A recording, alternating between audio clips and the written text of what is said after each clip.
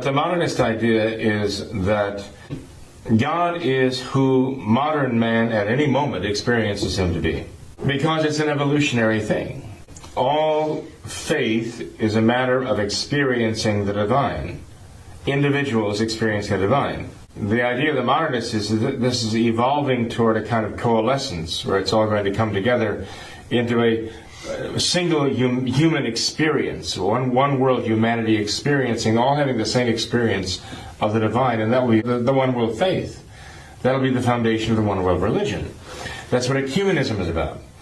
Ecumenism is trying to shed dogmas, these hard, fast, calcified truths, that aren't evolving. They've got to go to allow the evolutionary process, to allow modern man, and it didn't matter whether you were modern man in the year 0 BC or 0 AD, well, at 0, let's put it that way.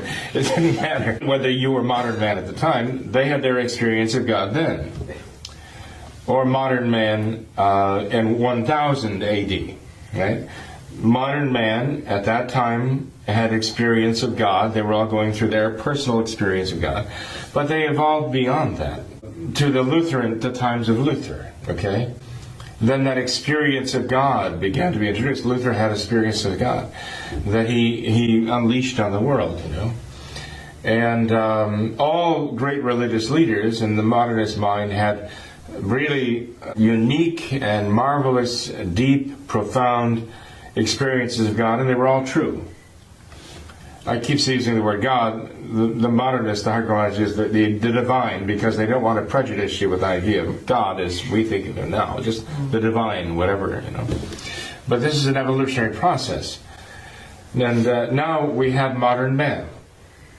Okay? For the moment, they are modern man. Okay? 100 years from now, they won't be. There'll be different modern men. But now we have modern man. And the modern world is experiencing God in its own way. And that is who God is now. And 100 years from now, that will not be the same, because we will have evolved beyond that in our experience of God. See? The object of all of this is through the ecumenical outreach to share each other's experiences, so much so that the differences in those experiences fade. And people abandon the ironclad dogmas of the past and let them go in favor of the common experience, so that finally all mankind will share the common experience of God, be united in one faith experience, one faith begetting one religion. And you think about this is perfect for the coming of an Antichrist. When all mankind will have this faith experience of the God who will be represented by the Antichrist. He'll be the quintessential, the apotheosis of what modern man at that time will worship. He'll step onto the stage and all mankind will recognize him. Yes, he is the one who fulfills our dreams and our experiences of the divine. And this is the way Francis is taking us. This is the way all these approved religious leaders are taking us today.